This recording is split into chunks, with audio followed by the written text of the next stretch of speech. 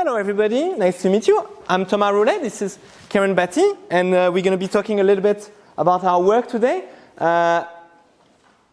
This is only going to be a snapshot of the several papers we have worked together. So if you are interested in diving a little bit more, we're just going to scrap the surface today. But let me just ask a question to start with. You're going to work on the question of neurodiversity. I haven't worked specifically on neurodiversity, but I've worked on hybrid work and the implication of hybrid work for productivity and well-being. So maybe one question for you. If we think about inclusive organizations and organizations inclusive towards neurodiverse individuals, what is best? Remote work, fully face-to-face work, or hybrid work? What do you think? Let's do a little poll. So who believes that only remote work, full remote work is best? Nobody. Who believes only face-to-face work works? Okay. Are you just shy or are you just waiting for the last answer?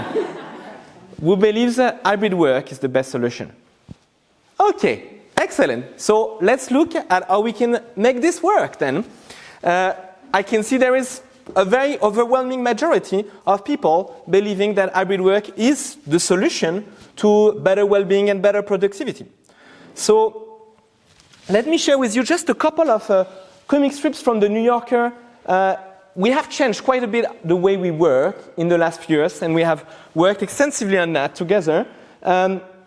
First thing that is challenging with hybrid working and with remote work in the first place is work-life boundaries. Okay, so how do we ensure that we have a clear separation between our work and our personal life? And we know that this is a strong driver of well-being at work. And this is, first illustration is this guy working from home, and he says, I can't remember, do I work at home or do I live at work? And that's a great illustration of how we need to establish those boundaries between work and life. And another one, which I think you will enjoy, is this guy who is working from home. And he's behind his computer, and you're interacting with this person on Teams or Zoom. And you see those beautiful pictures behind him, and he looks very happy, but the rest of his house is a mess. And it's a metaphor for how sometimes we are missing out on a lot of things that is happening in the life of people, but we don't see it through screens. So it's not intermediated through screens. So there is a huge cognitive bias related to the way we interact with people. All of those things are quite relevant in the way we want to be inclusive with regards to hybrid work if we want to include people who are neurodiverse. So that's part of the reasons why we developed the concept of well-being intelligence, which Kiran is going to talk about, but a little bit more about the genesis of that. And it started with an experiment that we ran with Vitality, the insurer. And you don't need to see everything here. It's like very small, but I'm going to summarize, so no worries. So we basically ran this longitudinal experiment with Vitality with 1,000 of people, and we used different levers to look at how they were going to react to different change in the way we structure work, in the way we structure remote and hybrid work. And what's the summary that we can take from that? And you can see that we captured a lot of different variables, such as work engagement, sense of time pressure, which obviously is a huge driver of stress, work-life balance, productivity, quality. And we realized that when people had excessive number of collaboration hours, it had a negative impact on their work-life balance. They felt more pressurized at work. So it means that sometimes there is too many meetings, too many emails, too many phone calls for people to really focus on their work, and it stresses them out. By contrast, we integrated focus hours. So, for example, an afternoon on the Friday where people can only do, thought leadership, very focused time where they are not interrupted. Okay, so there is something already in there, is that potentially sometimes people need space to themselves to be productive, and if they have too much time spent with others on meetings, on interactions, they struggle to catch up with their work, and they can feel very stressed as a consequence, and their productivity really goes down. But that's just an overall snapshot, but we then looked at different categories of people, and we could imagine we could have run the same experiment for people that are neurodiverse, but we looked here only at the difference between senior and junior people. And we found that senior people, they enjoyed more the focus hours. Junior people, they enjoyed more the collaboration hours.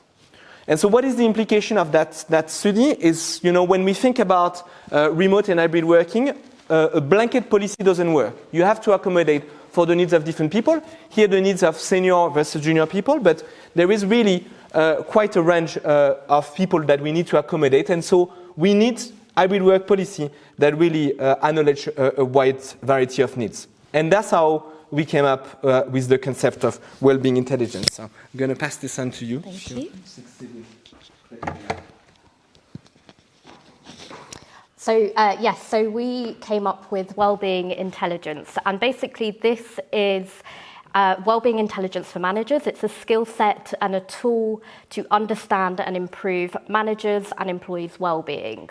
So as workplaces, the workplace challenges increase, wellbeing intelligence is becoming an essential leadership skill. So effective managers must be able to detect when others are struggling with their well-being and how and when to offer support.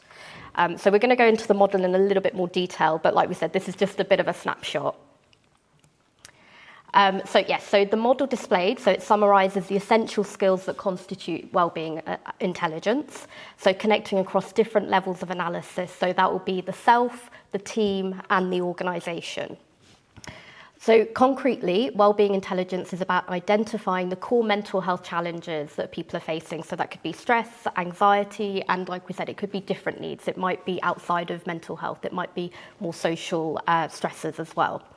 And it's about acknowledging their root causes and designing approaches to address them at each of these levels.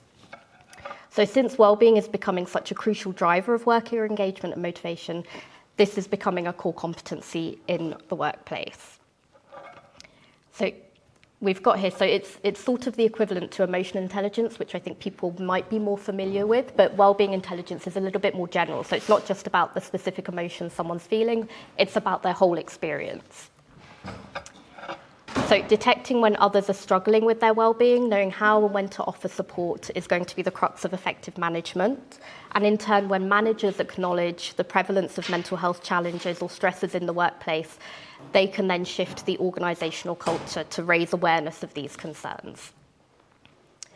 So what can this look like? So wellbeing intelligence really starts with understanding the self and regulating the self. So if we can understand what we're going through, then we're actually in a much better position to understand what other people might be going through, and then be able to understand and support them. Usually people at work will kind of share common stresses.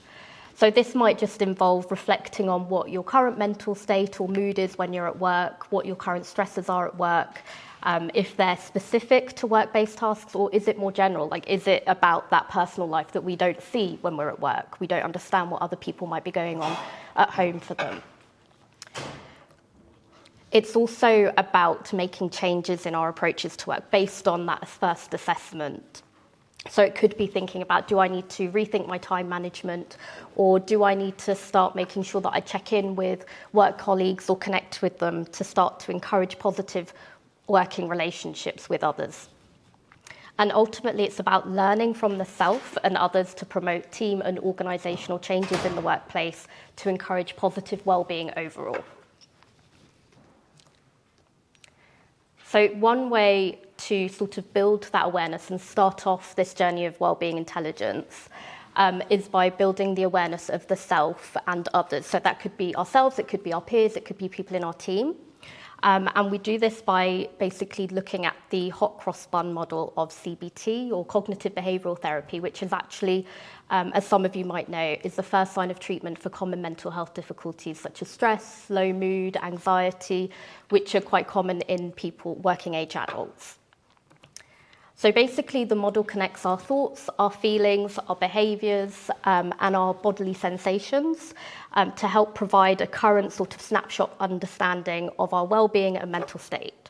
So if we look at the example here, so it's basically if somebody is feeling low or depressed, they might start to feel that in their body. So they might feel really tense in their shoulders, or they might feel really fatigued. In addition, they're probably going to be accompanied by some negative thoughts about themselves, about others, about the world, things like, I'm not good at my job, or I don't belong here. And it's going to start to have an impact on their behaviour. So they might avoid going to work, they might disconnect from people. And what we can see is when people feel like this, all of these systems engage with each other and reinforce and maintain a depressed mood. So if somebody is feeling like they don't belong here and they start avoiding connecting with their colleagues, they're less likely going to get the connection and have that sense of belonging. So using this model, managers can sort of map out an employee's current mental state and help build their awareness and then introduce supportive changes in the workplace. So we're going to go back out now and zoom out to the organisation. Thank you so much. So I guess one of the main thing and the main use of this model is to think about how do we apply this at the organizational level? So those are kind of the principles of how we work as part of a team, how we work as an individual with another individual within the organization, how we can apply those mapping techniques to improving our own mental health and the mental health of others. What is the implication of well-being intelligence at the organizational level? And that's particularly relevant because some of the things you're going to design and think about today are aimed at having an organizational impact. So we are focusing on this part of the model. And one thing we discuss in our work is the importance of having a coherent strategy around well-being. So it's thinking about how different steps might combine with each other to produce positive well-being outcomes. And one of the main ways to think about that is if you're thinking about well-being, or mental health problems, people experiencing stress, anxiety in the workplace, the first step is to try to preempt issues. So it's an upstream approach. So it can be about working on the culture of the organization, can be working on maintaining strong work-life boundaries, could be at the micro level about job design. Then inevitably there will be well-being problems. And we know this because even in the context of hybrid work, even with the best structure of hybrid work, there will always be some forms of uncertainty, some form of overwork that will generate mental health issues. So how do we detect them? So thinking about self-reporting, thinking about awareness, which is what Kiran discussed, thinking about survey tools to ensure that we can map out those mental health challenges in the workplace. And then once they have emerged, how do we tackle them? And here again, there is plenty of options already available in many firms, in many organizations, access to apps, counseling, individual, virtual, and group and peer support. And a lot more is being designed also in organizations to remedy those issues. But the core idea there is that if we want to tackle well-being at the organizational level, we need some form of coherent strategy, meaning you cannot just focus on remedying issues. You also need to think about the upstream problems and trying to tackle those issues at a very early stage. And so, again, another part of the framework that might be useful to you in thinking about designing interventions for well-being in this context of hybrid working and to tackle inclusion of neurodiversity. Think about what is the issue you want to address, what is the intervention you want to set up, and how do you assess the effect of this intervention? Okay, so will you use survey tools? Will you use focus groups? What sort of data are you going to draw to assess whether your intervention is working?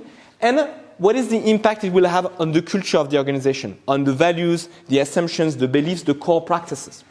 So to give you an example, before I became an academic, I was an investment banker. People would stay until 3 a.m. in the morning at their desk. Definitely it's a cultural problem. It's a typical practice that you need to tackle to ensure that you create a well-being strategy. And if you don't focus on those practices, you will struggle in the next steps. And once you have assessed the effect of interventions, you can go back to the design and improve the design. And this will potentially help you improve the well-being performance and potentially many other aspects, including inclusion, including work quality, work productivity. So all of those really are parts of a system. And I'm going to close it off here. Thank you so much. I hope this was helpful. Yes. Thank you, Thomas. Thank you. Thank you.